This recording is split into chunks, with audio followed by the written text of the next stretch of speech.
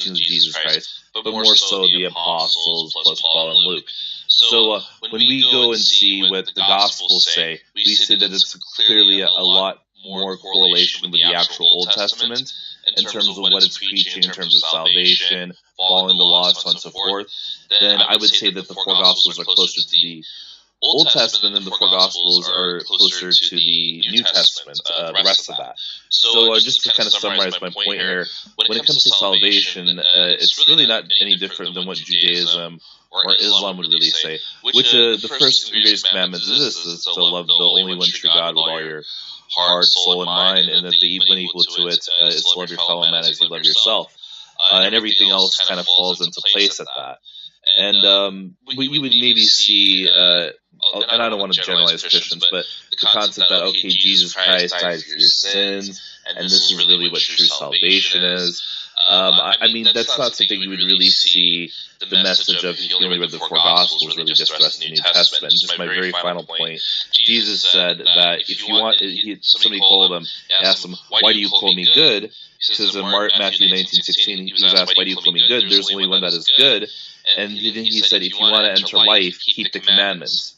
Didn't say anything about himself being the best sacrifice, even though he died being good, which is less of a word than even best, right? I mean, it's just something to think about. Keep the commandments and everything like that.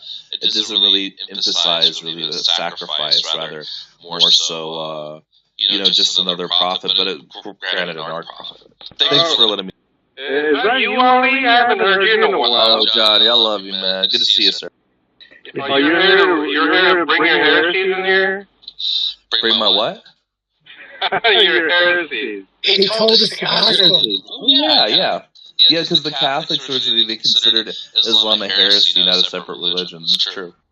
So we've he told us the gospel. apologist. Ollie, thank you for sharing that. Giving the Because we were having some problems getting it. difficulty getting from John, but I think you saved the day, and I appreciate you. We didn't mean to put you on the spot. So thank you. See, the thing is, John, he engages in philosophy, and I engage in theology. He does theology too, but I always tease my Muslim friends, and I guess I'll tease my Christian friend here, is that philosophy is an innovation, particularly in like the lens of Greek philosophy. So I always tell people, like, the flowery language and like the epistemology and all those little fancy words, it's like it kind of just detracts from like what the actual scripture's saying and what it's inferring, and using rationalism for that rather than just kind of making up your own. And it's not a quite to John, by the way. Did you see the Khalil and Donnie with Jake the spanking? Yeah, I saw the spanking. Oh, yeah. It was a spanking. You know, I really thought, is Allah above the throne? Does he just, is the earth below the throne? Does he just he's down to earth? He's not going to preach the gospel. No, I thought that was amazing. He didn't want to preach the gospel. Well, I didn't even hear what he said out of the way.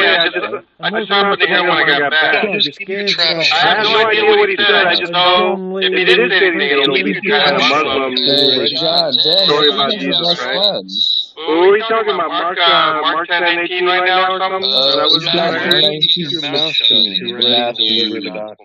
Yeah, Ali, so you must not be eating pizza right now because you were able to give the gospel. I know. Pizza's great. I mean, I haven't eaten today, and that's irresponsible. John, he's feeding himself. That's priority. Therefore, he's more responsible. You know, Ali, if I could email you a pizza right now, I would. Dude, John, Jesus for me, man. I'm coming down to LA and give you a bagel. Jesus has a strict policy on overtime, John, so you're going to need to stay clocked out for the remainder of your... Yeah. Oh, guys, be nice to John. Anyway, I just want to say hi, and I'm going to go back. John's a sweetheart, is that what you said, bud?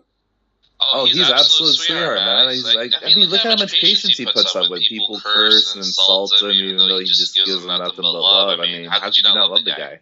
Nothing but love. Let me see. Let me get the clips pulled around real quick for you. Seems like you've been away a little bit. Can I help you with that?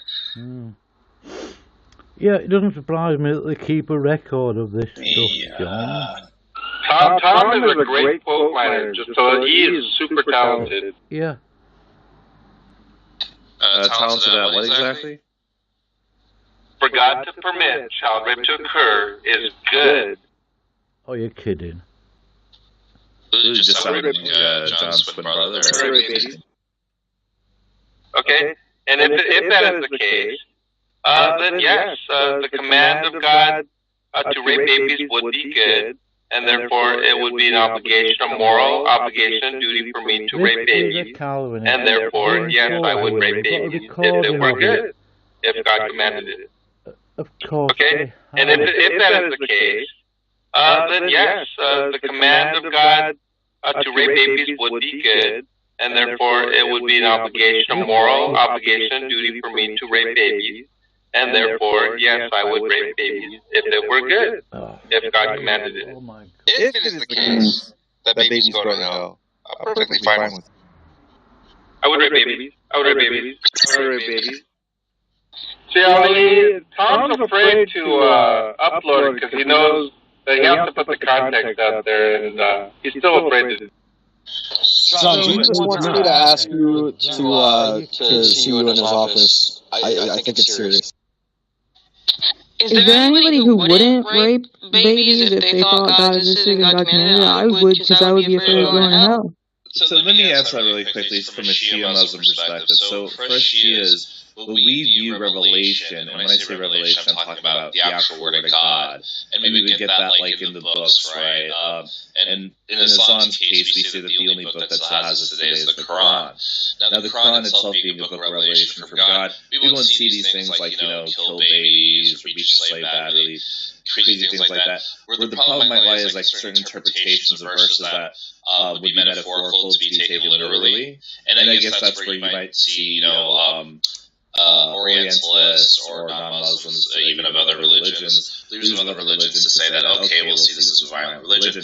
But if you go to secondary sources such as the Hadith or whatever, you'll actually see, unfortunately, a greater account of these kinds of, crazy verses, such as drinking camel urine, for example, being a good thing. And these kinds of Hadiths, they would be totally contradictory to what Revelation would allow you to have, which is, living a clean lifestyle, so on and so forth. So when you correlate that with actual Revelation says, those crazy verses such as, let's say the Hadith said to kill babies or whatever, that would contradict what the Quran would say. And thankfully the Quran, because we claim that there's been no corruption over it in the actual revelation of the text, we don't really see anything like that.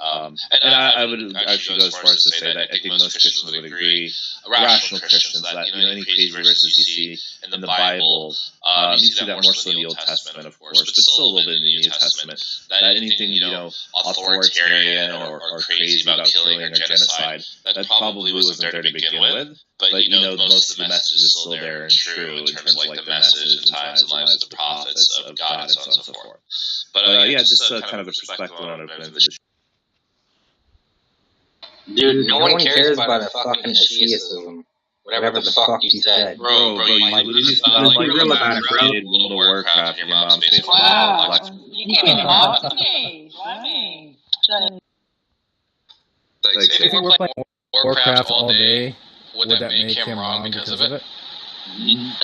Yes, but actually no, but he would be very much an incel though. So it's just me talking. Isn't Johnny feeds by the slice in the same way that a pelican eats a fish? Huh? Right. He cocks his head back. It's like there you go, from his down. He cocks his head back like and brings it down, no chewing at all.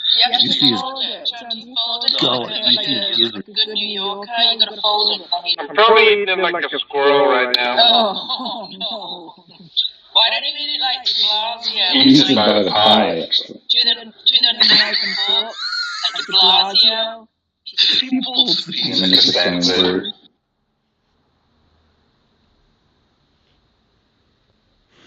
See nibbling around the crust right now. So that's a great meal for an in-car in-car dining. Imagine how greasy and disgusting that fucking Prius is right now. It's a one-handed meal. Just imagine his tongue after the way it looks, how white it is after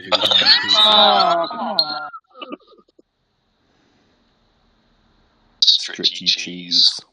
Oh. So greasy. Yeah, I mean, he's gonna pork down on stuffed crust pizza, and then afterwards, his tonsil cribs are gonna be stuffed. Disgusting. I just push my own food away. That's so grossed out. Can you hear the hissing, Ali, when they're after they speak? It's just... I don't know. This is just the most Caucasian conversation I've had in a while. It's kind of funny. Wow. Oh, yeah. Okay, It's Lajala, Haiti. Please say it right. Yeah. We don't do political correctness in Southern California. You go to Northern California, San Francisco. Ali's from the streets of La Jolla. The streets? Get out of here. He's from the street, you know? Nah, I'm just chilling. Yeah. But actually, I'm from LA. I'm not from San Diego. Thanks for remembering the Lajala thing, though. That was a funny little clip we had. I remember you being so incredulous. You actually messaged me like, "Are you for real, Lajala?" I'm still maintaining joking. No, I'm dead serious. That's how I pronounce it. Then you just wrong. I don't know what to tell you. Well, I think you're just being oppressive and you're trying to not let American English have its own dialect. Yeah. Just trying to pronounce towns the way they're pronounced. It's okay. The Americans, your accent, I've heard your voice for 7 months. Your accent's actually gotten a little bit more Americanized. So, before you believe it or not, you might be at my position 10, 15, 20 years. I've got much going for me, and English accent is one thing. You should try to get more Canadian, eh? Dude, the thing is, Canada's gonna get annexed sooner than later. The whole thing with all the provinces except Quebec paying Quebec to stay in Canada, and Canada just basically being siphoned from it. And they say Alberta and the two other prairie states, I believe, Manitoba and Saskatchewan. So basically, the really middle of Canada, where it's kind of their breadbasket, where they get a lot of their oil from. And they get, just so you guys don't know, Canada has a commodity currency. So their entire economy, or a big chunk of it's dependent on oil. And because the Alberta and those two other provinces I mentioned produce so much of that, if they decide to secede and join the United States, which has been a constant talking thing, it's kind of had its ups and downs in history, but it's been talks of it again. If they join America, Canada's done. Maybe Quebec stays its own country, but both countries will be annexed, and it'll be forcibly annexed eventually if there's a crisis for water, because the ratio of population they have in relation to fresh water is it's minuscule. But if you go to America, for example, and you gave that water to us, everybody wins. Yeah, Ollie, I have a question for you, and it's about, you'll never guess what John actually said to us. We were appalled. He said that it was Jesus who died on the cross. Oh, wait, Christians say that, though. What's the surprise? I just find it shocking. Oh, because he believes Jesus is God? Well, no, I find it shocking that he thinks that Jesus was the one that died on the cross. Yeah, I mean, I agree with that. I mean, if a person's infallible, because us Muslims, every Muslim affirms that Jesus is infallible from sin, so he cannot blaspheme God, he cannot be malicious in any sort of the way. And when he says on the cross, why, oh God, have you forsaken me? And then to say, oh, it says that in Psalm 22 or whatever, it's basically hearkening back to what David said. I mean, it's a far fetch. It's basically what us Muslims claim is this is a fallible man dying on the cross, and is basically kind of awe and a moment of shock as he's getting killed. And one of the larger positions on who the identity of who got crucified is Judas. And we substantiate that because he dies in two entirely different, contradicting ways in John and in Acts. And I can get into that later if somebody wants to contest that. But just to be very brief, I mean, a fallible man would have to say, why, oh God, have you forsaken me? If Jesus asked to be saved, and if Muslims would say that he's amongst God's best creation, he should be afforded that similar privilege if other prophets of God, such as Elijah and Enoch, who are obviously lesser ranked than Jesus, were raised bodily alive into heaven. And they prayed for it and they were persecuted. So why can't Jesus do the same thing? Do you believe Jesus died on the cross? Absolutely not. Then you're a liar. I'll put it this way. If Jesus died on the cross, in actuality, then not only is Islam wrong, but Christianity is wrong and Judaism is wrong as well, because all three of the religions expect a Messiah. If you actually go read what the prophet said and not rely on Paul or what the rabbis have said, then what you will see is that the consensus is that there's supposed to be a universal uniter at the end of times that's going to basically enforce a utopia on earth, after which when that utopia is done, then the day of judgment would commence at some point. And that's what we all look forward to. So him dying on the cross would basically negate what the Old Testament would say, which is that he would live a very long life and be prosperous and not be defeated. And I'm just paraphrasing a bunch of verses together, but you would not get the insinuating claim that the Christians say is that, okay, you have these esoterical verses, not literal, esoterical. You have to kind of like get your own interpretation and say that, yeah, the Messiah was supposed to die. But for 1,400 years, Jews, the vast majority of them didn't claim that, a person was supposed to die at the behest of Roman pagans. And what would really be an anticlimactic thing for somebody really big that they were expecting. With that Muslim garbage. Muhammad was a paedophile.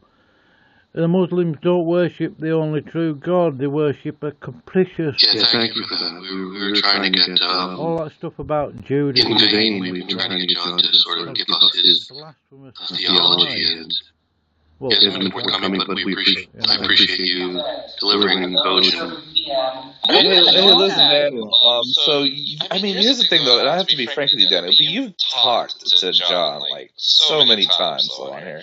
You can't say as if, like, you don't know his position at least decently well as his friend. I genuinely do not. I mean that sincerely. And Are you saying that from the philosophical standpoint or the theological standpoint? From purely theological. Pure theology. Okay. The philosophy, you know where he's coming from, yeah? He didn't do that. No, but John's like the philosophy Christian guy in Clubhouse, though. I don't really see anybody else do philosophy like him. What are you talking about? What are you saying? No, because here's the thing, though, and this is to be fair to John, the Trinity is such a undefensible position that, like, if you try to use philosophy to justify it, it's, like, almost impossible. So John's, like, the only one that regularly kind of tries to do it, and he's just taking it on his shoulders, because it's such an untenable, undefensible position. It's not really... Only from the Muslims. Not for No. Muslims and atheists and Jews are like, yeah, like God is not like 3-in-1 McDonald's combo. For us, it's like, yeah, you just get the burger, that's what you get full off of. You don't really need the fries or the drink to get full, and that's what we claim. Atheists, so, like, atheists don't care about the Trinity. No, they do, though, because the Trinity to them is like, okay, well, you say God is one, but then it's 3-in-1, and then God goes to the bathroom, but then you say, okay, well, God's, not limited to, human factor, but then God has to save himself, but then God's asking why God left himself behind, and then there's like a whole conundrum. So, like, I don't think atheists in general would like, concede what the claims the Muslims would make. Whether it's Trinitarian God, Unitarian God, they just don't believe in it. Yeah, but we really don't believe in the Trinitarian God. Thank you, Hayden. I appreciate you reading that. Because it's a flat contradiction. Can I ask, And you, yeah. what did you think about Jake being spanked in that Khalil debate? I have never seen Jake lose as badly as he did in that one. The after read seems undefendable. I mean, I don't want to, like, because I do consider Jake, because I've known him before Clubhouse, and again, like, I'm not going to say anything particularly damning to him, but what I will say is this, is that when you have somebody with a doctorate, in Khalil's case, who's also a good friend of mine, and somebody like Jake who has a bachelor's degree, it's going to be a mismatch. Pardon? White rapper. He's a white rapper versus a PhD. What's wrong with being a white rapper? Well, it doesn't really Hey, you have this like really self-hating like white complex. Like first it's Lajala, you can't say Lajala, and now you can't be a white rapper. Like what is this? You could be a white rapper. I mean, there was Vanilla Ice. He was really good. The Beastie Boys. Okay, Vanilla Ice came out with one song. Beastie Boys